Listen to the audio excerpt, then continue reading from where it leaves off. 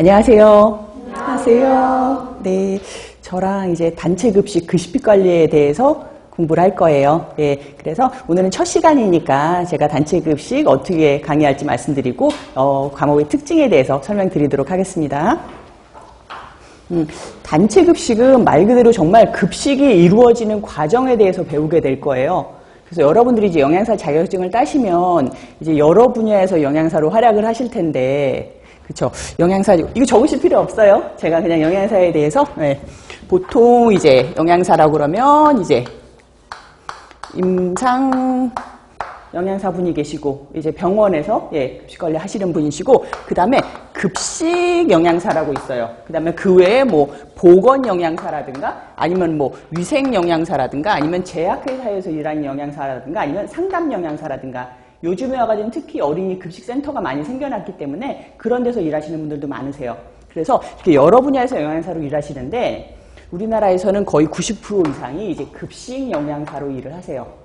예, 급식 영양사라고 하면은 식당에서 영양 관리를 하시고 메뉴를 짜시고 관리를 하시는 분들, 그런 분들을 여러분들이 거의 영양사다라고 생각하면은 떠오르는 그분들이 이제 급식 영양사시거든요. 그래서 이 단체 급식 시간에서는 이 급식이 이루어지는 과정에 대해서 공부를 할 거예요. 그래서 이 급식 관리 부분에서는 특징이 뭐냐면 범위 자체가 너무 넓어요. 여러분들이 뭐 영양학이나 식품학이나 확실하게 이렇게 딱 정해진 과목이 아니고서는 다 급식에 들어가요. 예, 뭐 인사관리라든가 뭐 마케팅이라든가 여러분들이 배우셨던 영양학 뭐 아니면 영양관리 등등 이런 것들이 전부 다 급식 경영 같은 거 굉장히 어려웠었잖아요. 예, 그런 것들도 다 여기 들어가게 됩니다. 그래서 그 대신에 단체 급식은 범위 자체는 굉장히 넓은데 문제가 그렇게 까다롭게 나오진 않아요. 예, 그래서 지금도 저도 영양사 시험 계속 강의하면서 좀 까다롭지 않은 과목 중에 들어가는 게 이 단체 급식인데, 그 대신에 범위 자체가 너무 넓기 때문에 공부를 조금은 많이 하셔야 된다라는 거죠. 네. 그리고 여러분들이 제가 이제 급식 영양사라고 말씀드렸잖아요. 그러니까 실제로 만약에 급식 영양사로 일하시게 된다면 좀 많이 유용한 과목이 될 거예요. 그래서 여러분들이 내가 영양사 되기 전에 미리 공부를 한다라고 하시고 실무 부분이 많이 나올 거거든요. 실제 뭐 메뉴를 짠다거나 아니면은 구매를 한다거나 이런 부분, 이런 거는 미리 여러분들이 이제 공부한다고 생각하시고 저랑 재밌게 진행해 나가셨으면 좋겠고요.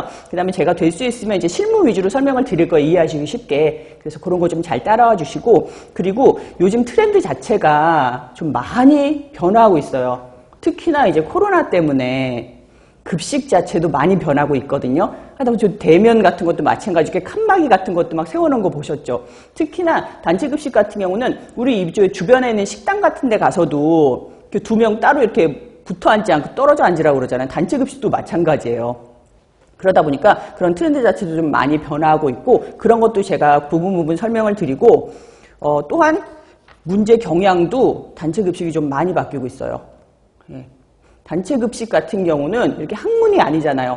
그래가지고 이렇게 딱 불변하는 무슨 진실이 있는 건 아니거든요. 그러다 보니까 이 트렌드에 맞춰가다 보니까 문제 자체도 트렌드를 많이 따라가고 있는 게, 예전에는 이제 이론 위주로 많이 나왔다면 이제는 정말 실무 위주로 나와요. 그래서 지금 영양사 하시는 분들한테 이 문제 풀려고 그러면 너무너무 쉽게 푸세요. 어느 거냐면 예를 들자면 이런 거죠. 예를 들자면 손익분기점이 있어요. 손익분기점이라는 게 있는데 예전에는 문제가 이렇게 나왔어요. 과연 손익분기점이 무엇이냐? 손익분기점의 정의는 무엇이냐? 이렇게 나왔는데 이제는 어떻게 나오냐면, 내가 A식당에서 영양사인데 이 중에서 내가 뭐 고정비는 뭐 20만 원을 쓰고 있다 한 달에, 그러면은 하루에 4,000원짜리를 몇 끼를 팔아야지 손익분기점에 달하겠는가?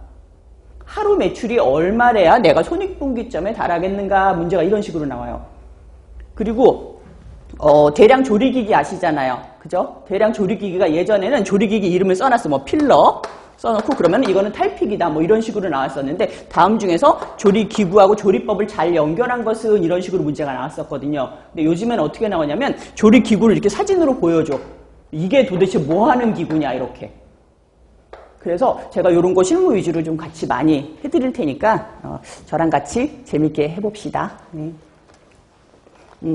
그리고 요거 외에 제가 수업하는 거는 말씀을 드릴 텐데 제가 이미 한번 말씀을 드렸는데 위생법규에서 제가 일단 키워드를 여기다 몇 가지 적어드릴 거예요. 키워드 적어드리면 저랑 강의하는 그 시간은 여러분들이 요건 좀 요런 말이 딱 나오면 아 요게 좀 중요한 거구나 라는 거 하시고 제가 수업 끝나고 나서 키워드 다시 한번 짚어드리고 그리고 수업 끝나고 나서 제가 주로 기출문제 위주로 제가 여기 올려놓을 거거든요. 그러면 여러분들이 만약 인터넷 강의 하시는 분들은 이제 자료실에서 다운받아가지고 문제 한번 풀어보시고 예, 수업 시작하기 전에 제가 쫙 한번 다시 짚어드리고 그러고 수업 시작하도록 하겠습니다.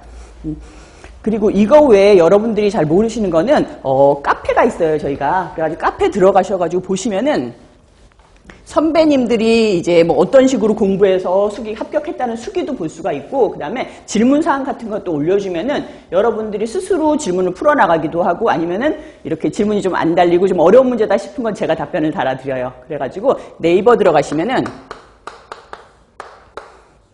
영양만점 위생만점 카페라고 있거든요. 여기 들어가시면은 데이터도 굉장히 많이 들어있고 특히나 이런 단체급식 같은 경우는 제가 트렌드가 많이 바뀐다고 말씀을 드렸잖아요. 법규도 트렌드가 많이 바뀌지만 이것도 트렌드가 많이 바뀌어요. 그래서 이런 업데이트되고 이러는 거는 카페에서 다 보실 수가 있으니까 여러분들이 영양사 시험 보시는데 많이 참고하시면 좋을 것 같습니다. 네. 그래서 제가 단체급식 시작하도록 할게요. 단체급식의 개념과 목적, 그 다음에 단체급식의 문제점, 그리고 해결 방법. 이번 시간에는 요거 위주로 설명을 드리도록 하겠습니다.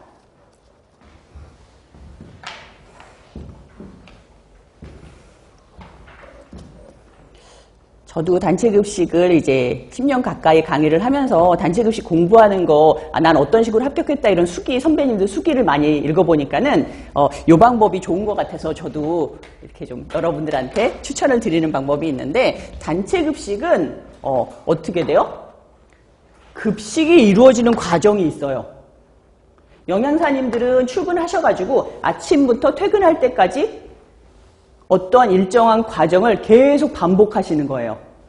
오늘 출근해가지고 이제 점심 나가고 저녁 나가는 거까지 봤어요? 그 다음날 출근해가지고 또 점심 나가고 저녁 나가는 거 보시죠? 그런 과정에 일련의 과정이 있거든요. 이 과정을 일단 여러분들이 익숙해지세요.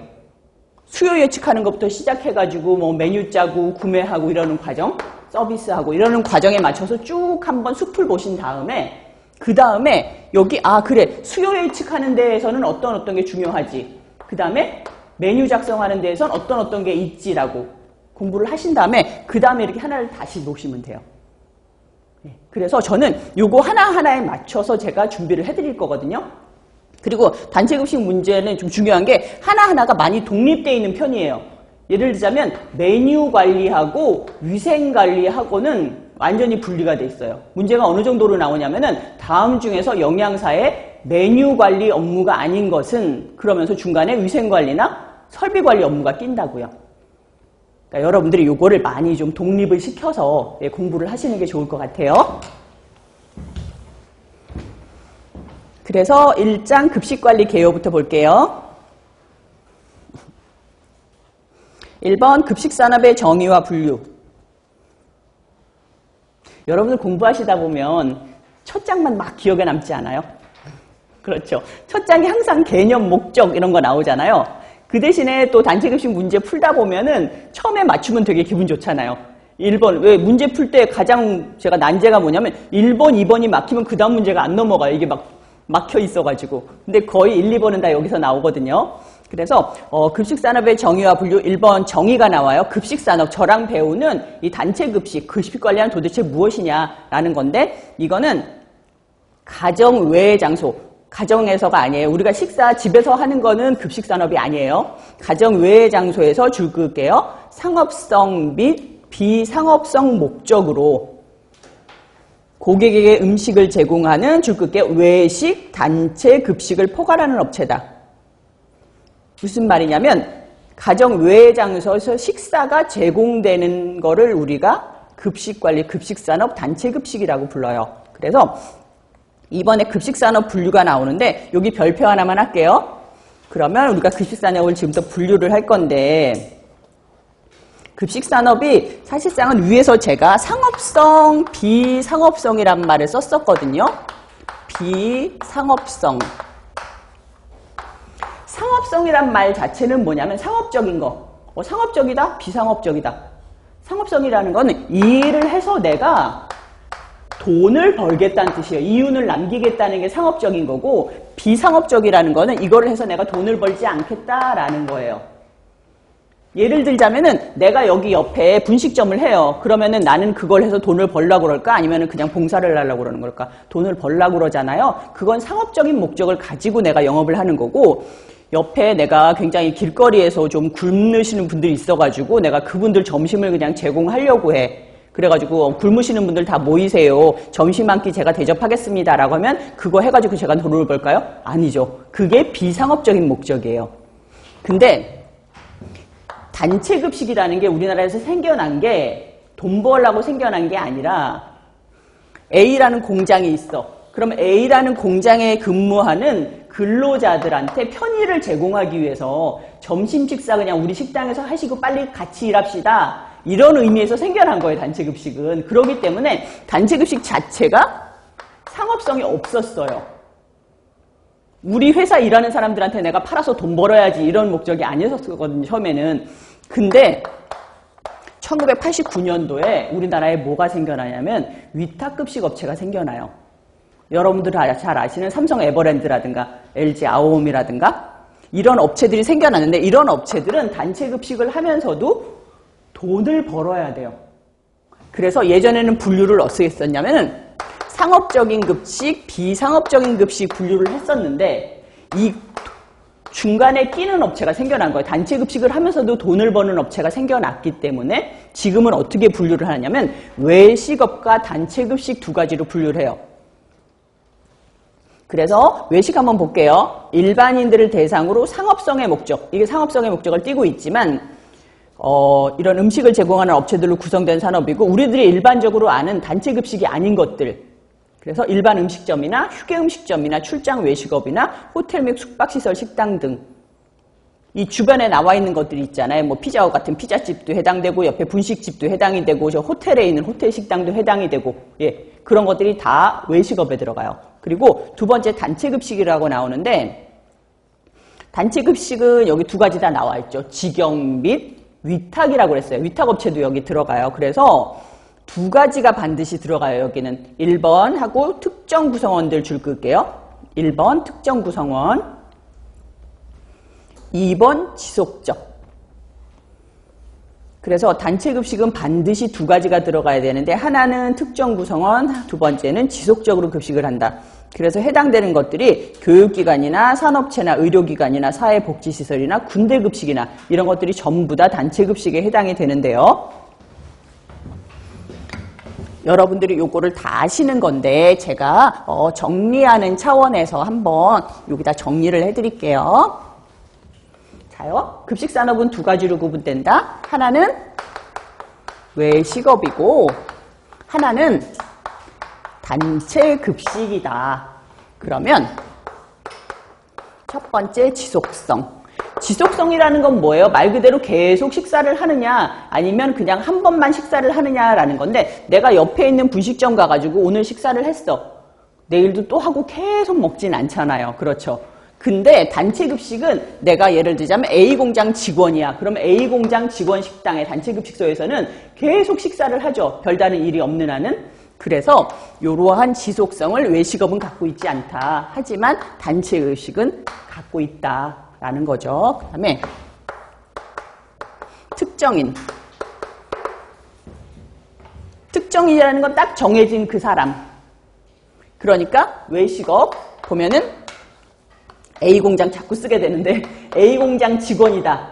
A공장 직원 식당에서 식사를 한다. 이런 게 특정인이에요. 예를 들자면 삼성전자 직원 식당에 가면 삼성전자 직원들이 식사하잖아요. 여러분들이 저기 명지대학교에 있는 식당 가게 되면 명지대학교 학생들이 식사하잖아요. 그게 특정인이에요. 딱 지정한 사람. 그러니까는 단체급식은 특정인이 식사를 해요. 하지만 외식업 같은 경우는 누구든지 와서 식사를 할 수 있는 불특정인이라고 그러죠. 그거를. 그 다음에 세 번째는 메뉴 할게요. 메뉴는 아직 안 배웠으니까 제가 두 가지 예를 들어드리고 여러분들이 두 가지 중에서 선택을 해보세요. 변동 메뉴가 있고 고정 메뉴가 있어요.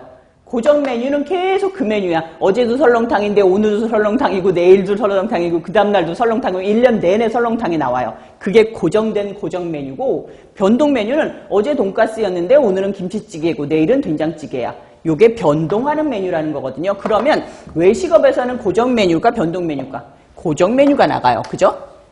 할매네 설렁탕에서는 항상 설렁탕을 팔아요. 고정 메뉴예요, 그게. 하지만 단체급식에서 고정 메뉴 나왔다면 큰일 나요. 영양사가 능력이 없다고 그래요. 메뉴 맨날 돈가스 나온다고. 그러니까 단체급식에서는 변동 메뉴가 나오게 됩니다. 그 다음에 가격 할게요. 우리가 이거를 지금 저랑 제가 얘기하면서 이 단체급식에서 쓰는 용어들이 가끔 나올 거예요. 나올 때마다 제가 한 번씩 설명을 해드릴게요. 가격을 식단가라는 말을 써요. 식사 단가. 한 끼에 얼마냐라고 할 때 단체급식 가게 되면 A 공장 같은 경우는 한 끼에 4,000원이다. 그러면 식단가가 4,000원이다. 이렇게 보시면 돼요. 식사 단가. 그래서 가격 식단가는 외식업 같은 경우는 다양해요. 왜냐하면 저기 가게 되면은 라면은 2,500원인데 라볶이는 4,000원이고 떡볶이는 3,500원이고 굉장히 많잖아요. 근데 단체급식 같은 경우는 일정한 편이에요. 저기 가게 되면은 오늘은 3,500원, 어제는 2,000원 이런 게 아니라 한 끼 식사가 거의 정해져 있어요. 저 공장 식당은 4,000원이라고 그러더라. 그럼 4,000원짜리 메뉴가 오늘 나고 내일은 또 다른 메뉴 나고 이런 식으로 거의 일정하게 하나로 정해져 있는 경우가 많아요. 그렇죠? 그 다음에 그 외에 뭐 서비스라든가 이런 등등 나오는데 서비스 같은 경우는 예전에 문제가 나오기도 했었어요. 둘 중에서 누가 서비스가 좋냐고. 그냥 일반적으로 생각할 때 외식업이 서비스가 좋잖아요. 이거는 그냥 한 끼 식사만 좀 한다고 생각해가지고. 근데 요즘은 이쪽도 많이 좋아졌어요. 단체급식 서비스가. 그래가지고 한 요 정도까지만 여러분들이 알아두시면 두 가지 특징 비교할 수가 있을 거예요.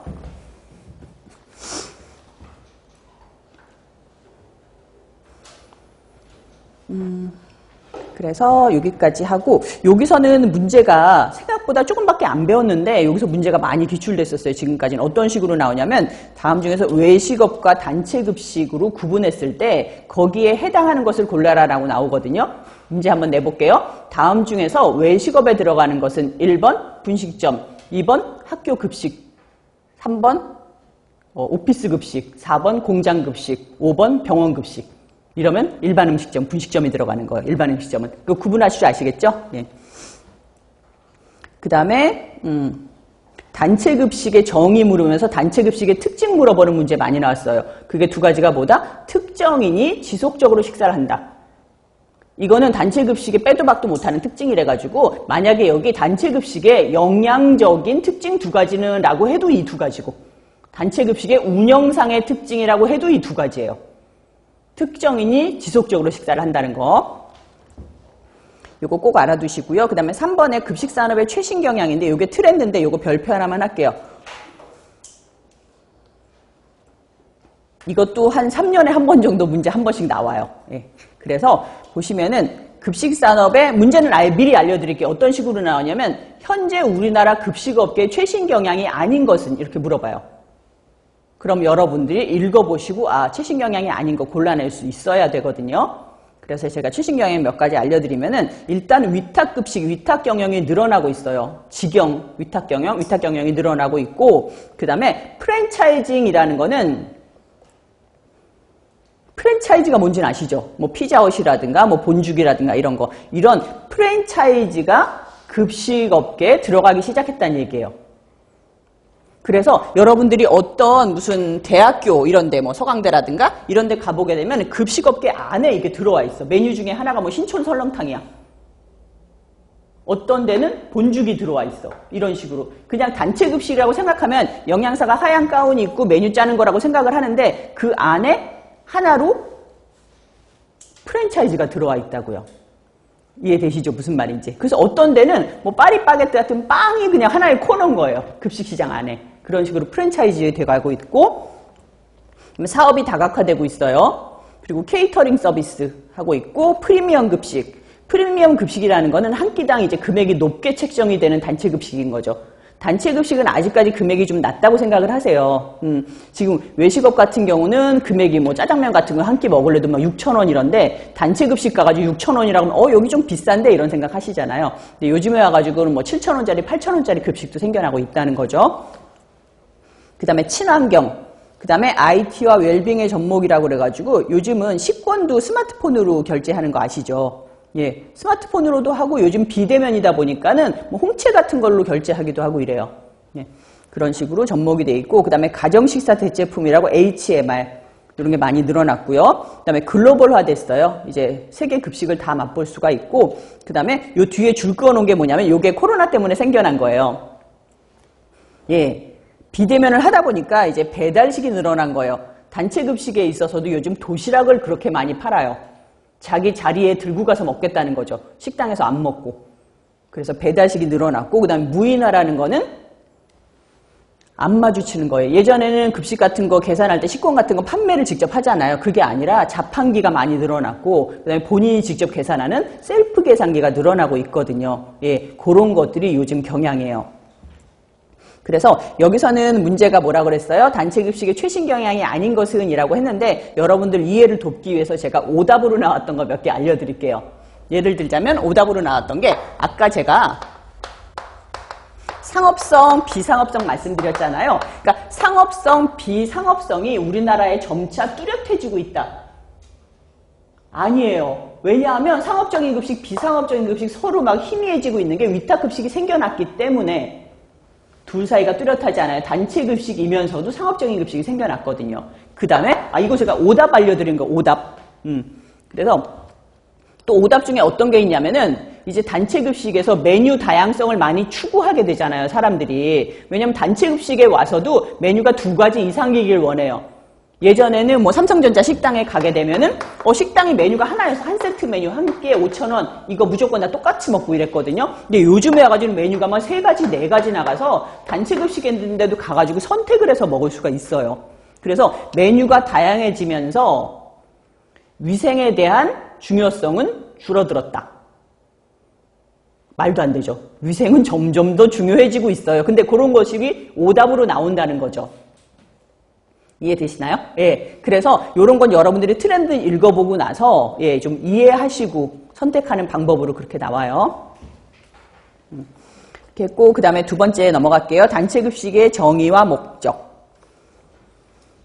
단체 급식의 정의는 제가 급식산업 할 때 다시 한번 알려드렸었는데 여기 다시 한번 나와요. 단체 급식의 정의는 기숙사, 학교, 병원, 산업체 등에서 줄 끌게요. 특정한 사람들을 대상으로 두 번째 지속적으로 급식이 제공되더라라고 하는데 제가 식품위생법규 했을 때 기억나는지 모르겠는데 저랑 집단급식소라는 거 한번 정의했었어요. 기억나시나요? 그거는 식품위생법 제2조 제12호에 나오는데 집단급식소라는 건 뭐다라고 정의를 했는데 여기서 하나 알아두셔야 될 게 이거는 3가지가 들어가요. 반드시. 뭐가 들어간다?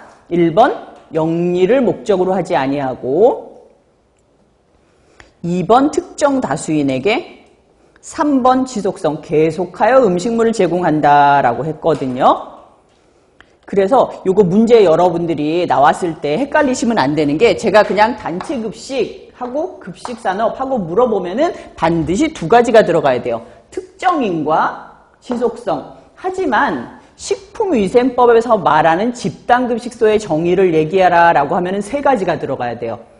영리를 목적으로 아니한다라는 말이 들어가야 된다는 거죠. 그래서 여러분들이 약간 이해가 안 될 수도 있는데 사실 법적인 게 항상 현실하고 맞춰 따라가진 않아요. 예를 들자면 우리나라에서 위탁급식 영업이 생겨난 게 1989년이잖아요. 89년도에 위탁급식이 생겨났는데 위탁급식이 법으로 제정된 건 2006년이에요.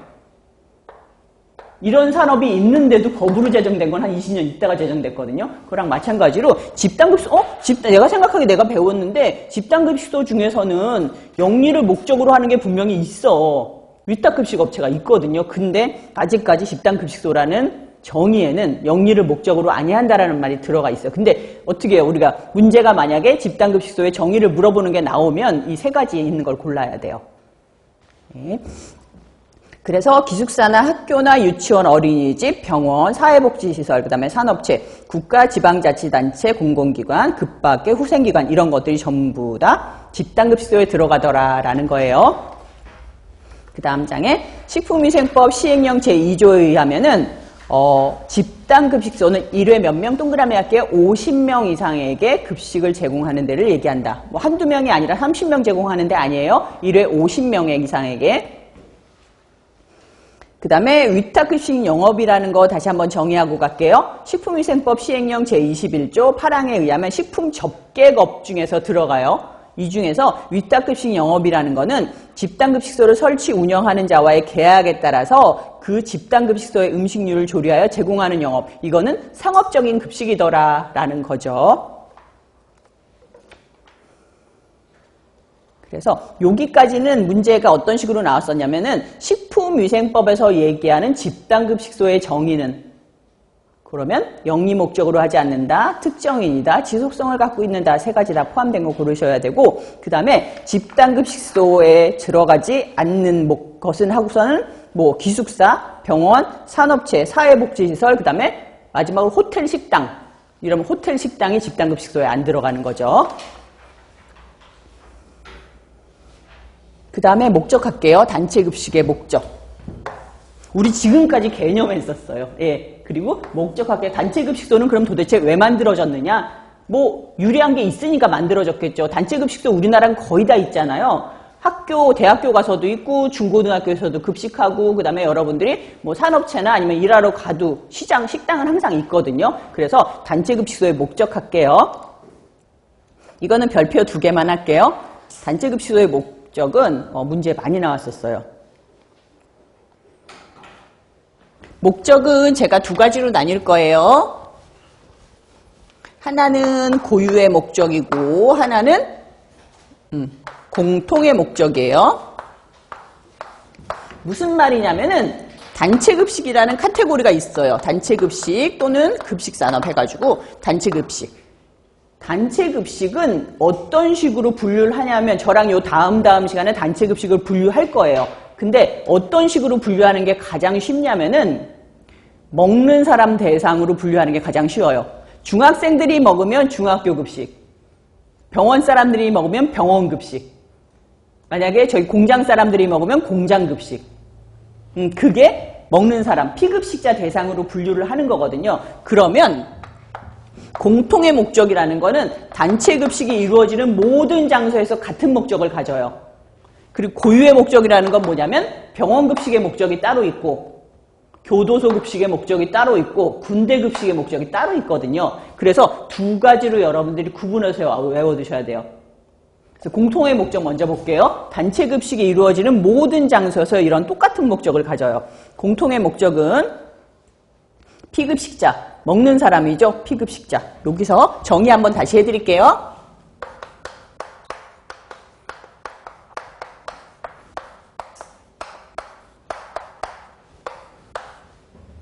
급식자란 말하고 피급식자란 말 나올 거예요. 급식자라는 건 뭐냐면 급식을 제공하는 사람. 여기서 얘기하면 영양사라든가 조리사라든가 조리원이라든가 급식을 제공하는 사람들은 급식자. 피급식자라는 거는 급식을 받아 먹는 사람들. 그래서 피급식자가 누구냐면 급식 대상이 되는 사람들이에요. 중학교 급식의 피급식자면 중학교 학생들. 예, 그래서 제가 피급식자란 말 앞으로 많이 쓸 건데 이건 식사하는 사람들. 그래서 피급식자의 건강 유지 및 증진이라는 거는 먹는 사람들의 이제 건강 유지하기 위해서 우리는 급식을 제공을 해요. 단체 급식을. 그리고 2번째 편리성을 제공하고 비용을 절감한다. 편리성 제공이라는 거는 A 공장에 있어. 그러면 A 공장에서 자 점심시간입니다 라고 하면 이 사람들이 도시락을 싸오거나 아니면 집에 가서 먹고 오거나 시간 많이 걸린단 말이에요. 근데 우리 가가지고 식사 땡치면 12시 땡치면 우르르 가가지고 식사 딱 하고 15분 만에 다 끝내. 그리고 남은 시간에 족구도 하고 좀 쉴 시간이 있단 말이죠. 편리성이 제공되는 거예요. 여러분들이 만약에 어떤 취직을 했어. 취직을 했는데 거기 식당이 없어요. 그럼 맨날 점심 걱정하고 앉아있어. 근데 식당이 있으면 편리하게 식사를 할 수가 있다는 거죠. 그다음에 비용 절감이라는 거는 대규모 급식이니까 비용이 절감되는 거예요. 여러분 집에서 생각을 해보세요. 내가 혼자 내가 1인분 떡볶이를 만들어 먹으려고 장을 봤어.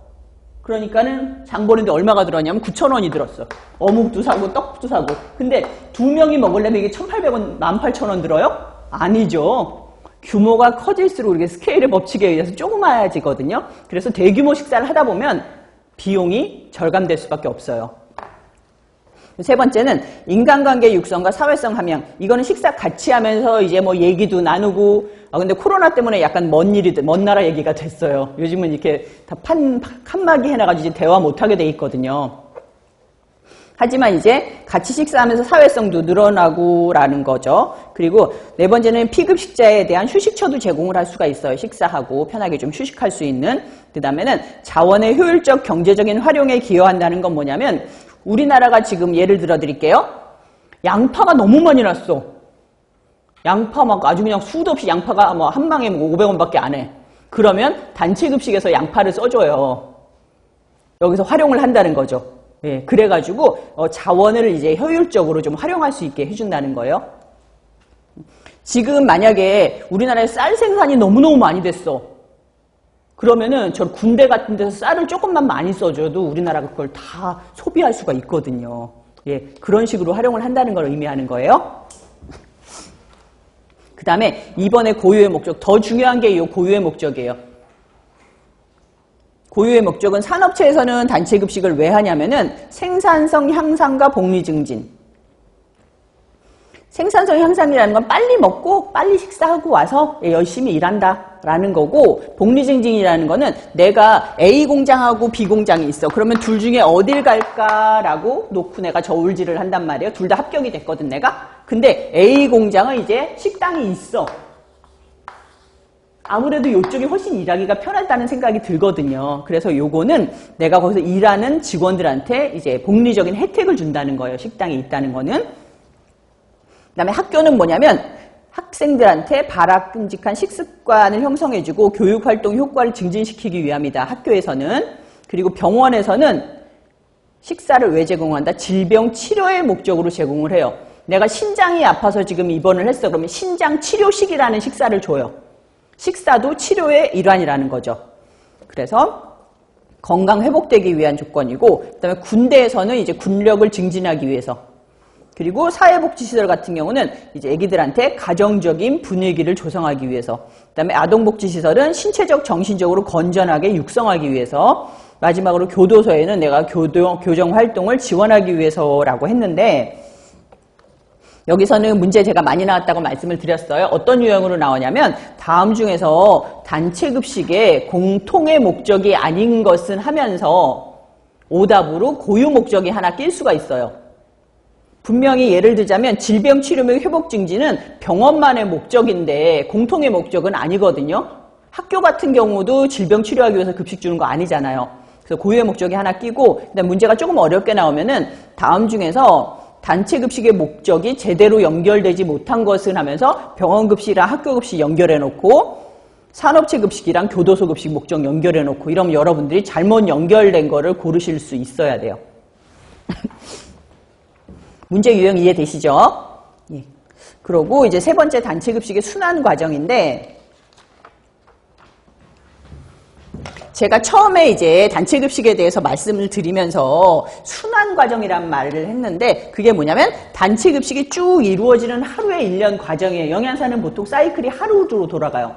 아침에 출근해서 거의 비슷하게 돌아가요. 그 다음날 출근해서도 거의 비슷하게 돌아가요. 요거를 우리가 단체급식의 순환 과정이라고 불러요. 여기서 그냥 딱 끝나는 거 아니죠. 요러고 나서 다시 돌아가잖아요. 그 다음날 다시 돌아가잖아요. 계속 돌아가는 일련의 과정을 거치기 때문에 우리는 그걸 단체급식의 순환 과정이라고 부르는데, 그 과정 제가 알려드릴게요. 여러분들이 여기에 맞춰서 저랑 지금부터 공부를 할 거예요. 그래서 단체급식이 이루어지는 과정은 맨 처음에 수요 예측. 수요 예측이 뭐냐면 과연 몇 명 먹을 것인가. 우리 공장에 사람들이 A 공장이 있는데 공장에 모두 500명이 근무를 해요. 그러면 이 식수 자체가 500명 플러스 마이너스 알파로 구성이 되는 거죠. 왜냐하면 이 중에서 이제 휴가 쓰는 사람도 있을 거고, 아니면은 잠깐 찾아오는 손님도 있을 거고 이러기 때문에 플러스 마이너스 500명에서 구분이 되는데 이 수요 예측을 해야 돼요. 그럼 내가 과연 오늘 몇 명이 먹을 것인가 라는 걸 예측을 해야 되는 거죠. 이게 사실은 예전에는 별로 중요하지가 않았어요. 왜냐하면 500명 있는 공장이면 거의 500명이 먹었어요. 근데 여러분들이 지금 여의도에 있는 증권사의 영양사로 갔어요. 근데 우리 직원이 증권사에 몇 명이냐면 2,500명이 있어. 그럼 내가 2,500명 식사를 준비하면 될까요? 아니에요. 거기 사람들은 오늘 마침 벚꽃이 잘 폈어.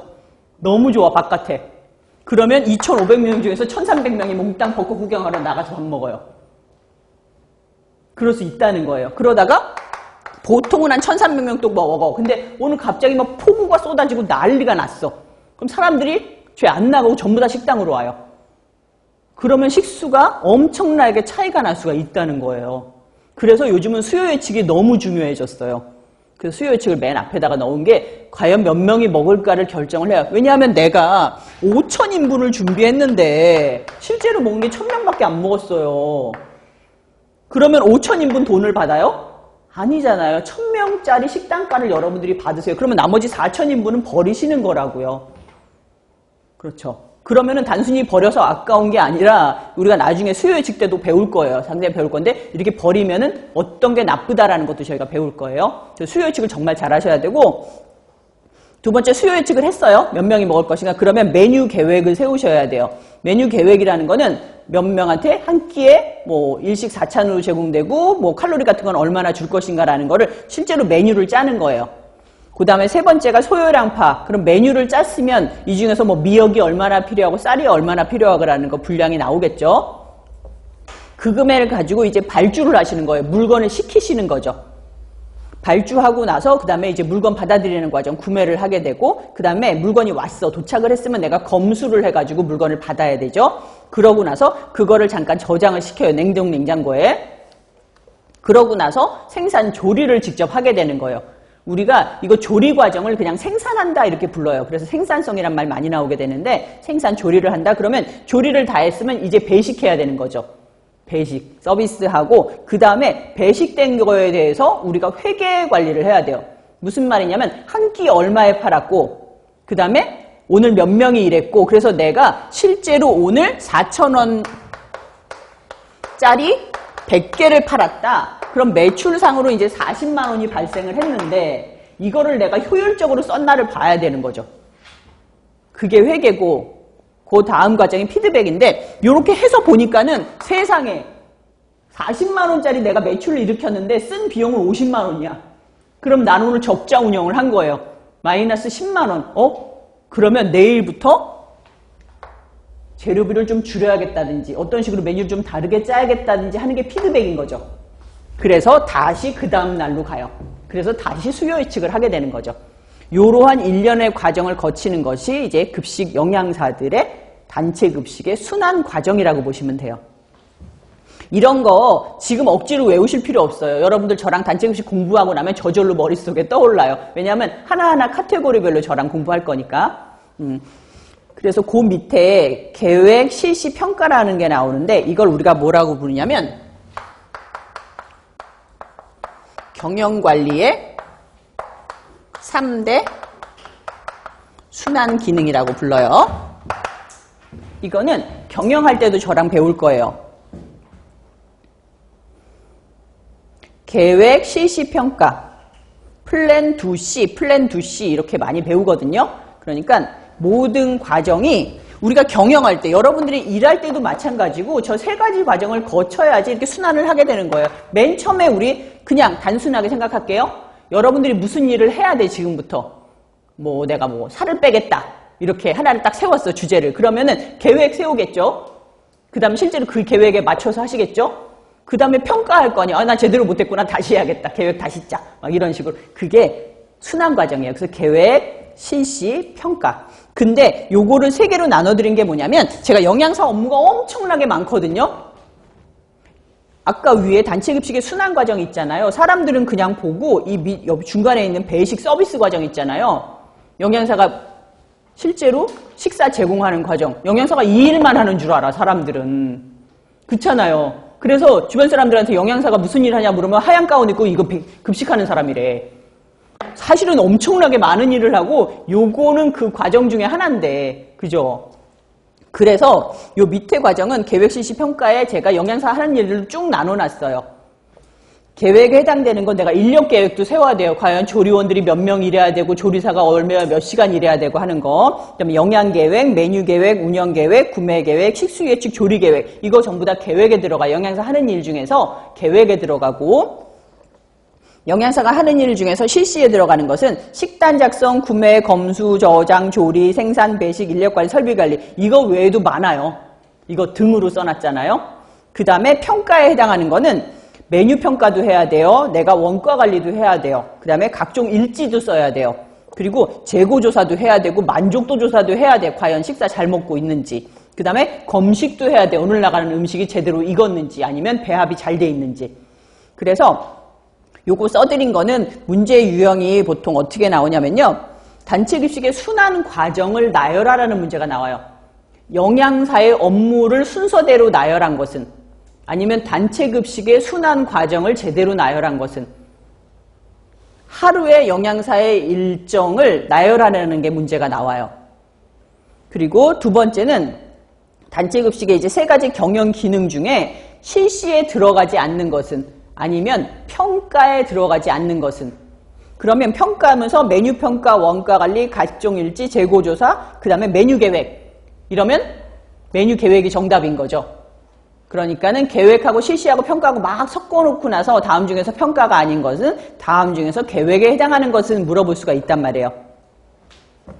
그렇게 문제가 나오면 참 고마운데, 다음 중에서 단체 급식의 영양사의 업무 중에서 그 성격이 다른 하나는 하면 여러분들이 얘들은 계획이고 얘들은 실시구나라는 거를 생각할 수가 있어야 돼요. 문제가 고맙게 다음 중에서 평가가 아닌 것을 물어보면 너무 고마운데, 그냥 그 성격이 다른 하나는 하고 했을 때는 이게 계획, 실시, 평가를 물어보는 문제라는구나 라는 걸 여러분들이 예측까지 하셔야 된다고요.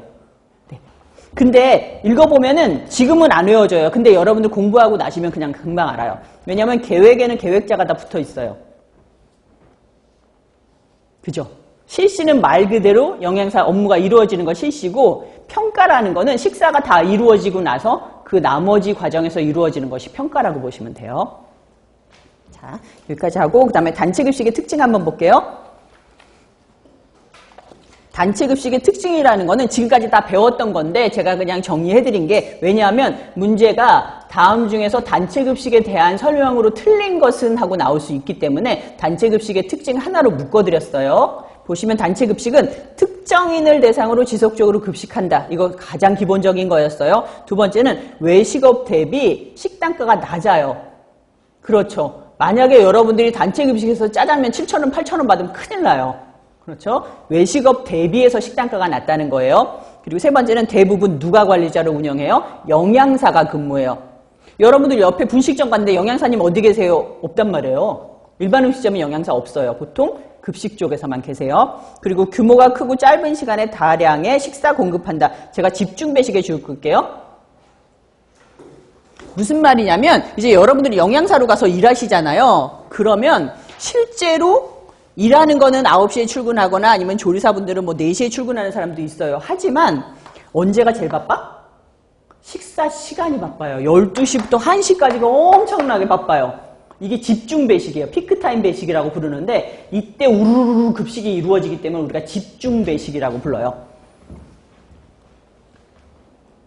그 다음에 일본적으로 병동 메뉴가 많아서 메뉴가 날마다 변하는 건 당연한 거죠. 메뉴 날마다 변해야 되고, 그 다음에 대량 식중독의 위험이 있어서 위생관리가 필요하다. 왜냐하면 대량 식중독이 일어날 수밖에 없죠. 왜냐하면 똑같은 음식을 많은 사람이 먹기 때문에. 우리가 저기 뭐 롯데백화점이나 이런 데 가가지고 뭐 식중독이 발생을 해서 샌드위치를 먹고, 그러면 샌드위치를 뭐 몇백 명, 몇천 명이 먹었겠어요? 아니잖아요. 근데 단체 급식은 어떤 큰 식당은 하루에 뭐 8,000명도 먹고 이런단 말이에요. 그래서 똑같은 음식을 먹기 때문에 대량 식중독의 위험이 있을 수밖에 없다고요. 그리고 작업관리나 인력 운영이 체계적으로 이루어진다는 거. 네.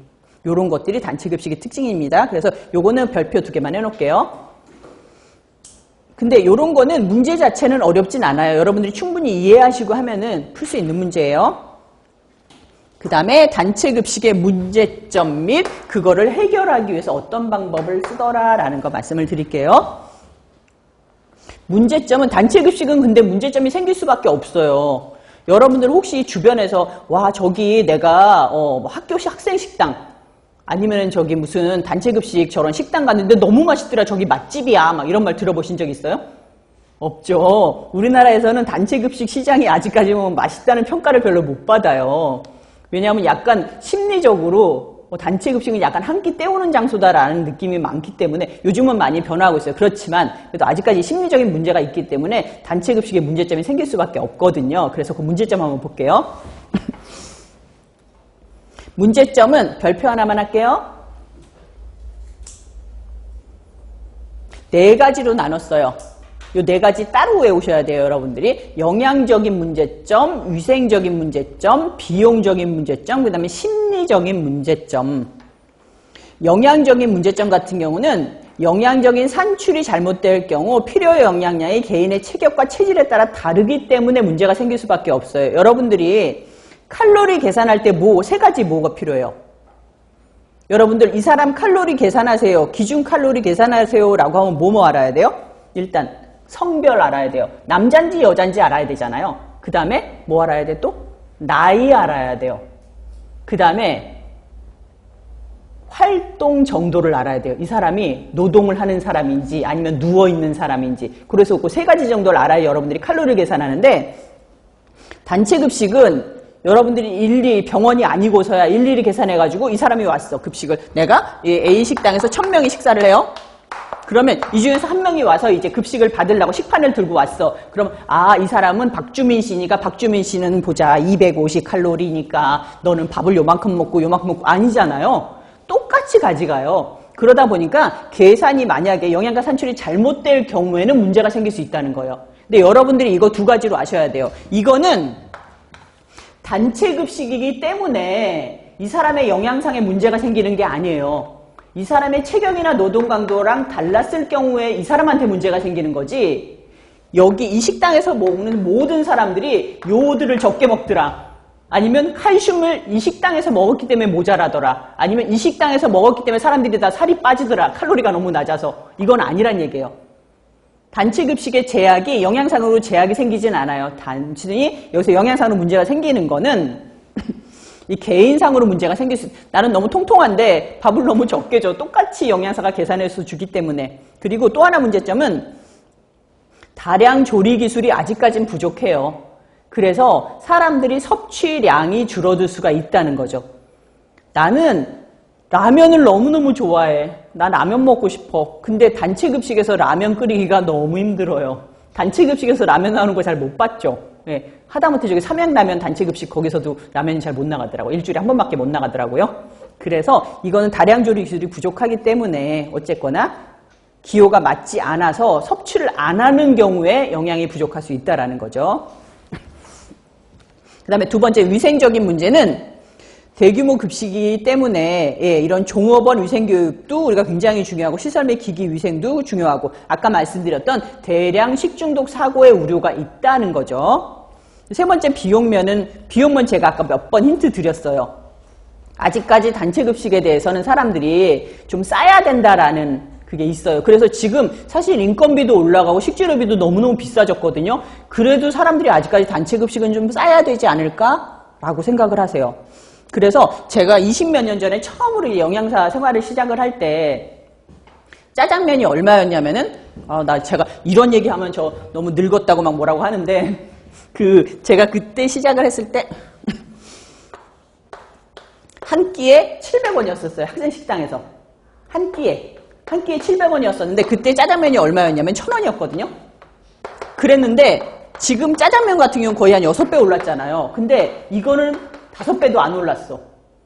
그러니까 단체급식 시장은 아직까지 사람들이 좀 싸다고 생각하기 때문에 이런 비용적인 문제가 생길 수밖에 없어요. 그래서 보실게요. 대규모 급식소가 예산 책정에 여유분을 못 둔다. 그래서 불만을 느끼는 경우가 많다라는 거죠. 하지만 이런 부분도 많이 좋아지고 있기는 해요. 예. 요즘에 와가지고 뭐 삼성전자 이런 데는 한 끼 막 8,500원, 막 10,000원 이래요. 급식소도. 그 다음에 심리면 볼게요. 심리면은 가정식에 대한 향수인 거죠. 우리 엄마 김치찌개 너무 맛있는데 여기 영양사가 끓여주는 김치찌개 너무 맛이 없어. 영양사가 실제로 끓이는 것도 아니지만. 어쨌거나 그래서 가정식에 대한 향수로 급식에 적응을 못하거나 개인의 기호 경향을 무시한 채 아주 획일적인 식단이라고 사람들이 평가하기 쉽다는 거예요. 실제로 보통 조사를 해보니까 이 가정에서 쓰는 레시피가 100가지가 안 된대요. 근데 보통 이제 여러분 영양사로 가시잖아요. 보통 갖고 있는 레시피가 한 20만 가지 정도 돼요. 근데도 급식이 훨씬 다양하지 못하다고 생각을 한대요. 돈가스 나왔더니 또 돈가스 나왔다고. 집에서는 맨날 김치찌개 먹으면서. 그래서 약간 사람들이 심리적인 문제가 생길 수가 있어요. 그래서 여기서는 문제가 어떻게 나오냐면 다음 중에서 단체 급식이 갖는 문제점이 아닌 것은 단체 급식이 갖는 문제점인 것은 물어보는데 그때 오답으로 나왔던 게 뭐냐면은 단체 급식이라서 영양상의 불균형이 올 수 있다라는 문제가 오답이었어요. 왜냐하면 단체 급식이기 때문에 영양상의 불균형이 오는 건 아니에요. 개인적인 영양 부족이 있을진 몰라도 영양상의 불균형이 단체 급식 때문에 오는 건 아니거든요. 그 다음에 문제가 조금 더 깊게 나가면 다음 단체 급식이 갖는 위생적인 문제점은 아니면 심리적인 면에서의 문제점은 하고 물어봐요. 그러면 이로 많은 문제점 중에서 이게 심리적인 문제점, 비용적인 문제점 여러분들이 구분을 하실 수가 있어야 돼요. 마지막으로 개선 방안은 제가 쭉 읽어드릴게요. 그래서 이러한 문제가 있기 때문에 그래도 개선 방향을 갖고 있다. 첫 번째는 기호도 충족 및 잔식 해소. 이거는 이 사람들이 예를 들자면 내가 아까 오늘 A공장 많이 나와요. A공장 사람들은 우연히 닭을 너무 좋아해. 근데 내가 닭은 안 주고 맨날 돼지고기하고 소고기만 집어넣는단 말이에요. 그러면 사람들이 안 먹고 남기겠죠. 그럼 영양상의 불균형이 올 수 있는 거잖아요. 그래서 기호도나 이런 걸 많이 조사해서 이 사람들이 좋아하는 음식을 제공을 하는 거예요. 그리고 두 번째는 위생적인 급식관리, 해썹이나 이런 걸 통해서 위생적인 급식관리를 해야겠다. 세 번째는 합리적인 경비절감. 합리적으로 금액을 좀 줄여나가는 거죠. 예를 들자면 계절식품을 산다거나 대량으로 구매를 한다거나. 세 번째는 합리적인 작업 관리는 작업 분석을 통해 가지고 내가 적정 인원을 배치하고 여기 냉장고가 있어요. 냉장고가 있는데 여기가 전처리실이 있어. 그러면 전처리실에 물건이 들어와서 바로 냉장고에 넣으면 되잖아요. 근데 전처리실은 여기 있는데 냉장고는 여기 가가지고 300m 떨어진 데 있어. 그럼 사람들이 얼마나 고생을 하겠어요. 왔다 갔다. 그러니까는 이런 걸 이쪽으로 붙여준다든지 이런 식으로 합리적으로 우리들이 작업 관리를 해주라는 거예요. 그 다음에 시설의 쾌적성을 유지하라는 거. 마지막으로 경영자의 이해. 보통 사장님이나 윗사람들이 가격을 정하세요. 한 끼당 얼마. 그러니까 요걸 갖다가 경영자를 좀 이해시켜서 4,000원 갖고는 도저히 식사 만족을 못한다. 4,500원으로 올리자, 5,000원으로 올리자. 이런 식으로 경영자 이해까지 볼 수가 있어요. 그래서 요번 시간에 했던 거는 단체 급식의 개념 반드시 두 가지 들어가 있어야 되는데 특정인과 지속성. 그 다음에 목적은 우리가 두 가지 있었어요. 공통의 목적과 고유의 목적이 있었는데 그거 분류해서 알아두시고요. 그 다음에 단체 급식이 갖는 문제점 4가지로 분류해서 말씀드렸고요. 요거를 우리들이 좀 더 개선하기 위해서 그래도 어떠한 노력을 하고 있더라라는 것까지 했습니다. 다음 시간에는 제가 단체 급식의 발전 넘어갈게요. 예, 수고하셨습니다. 네.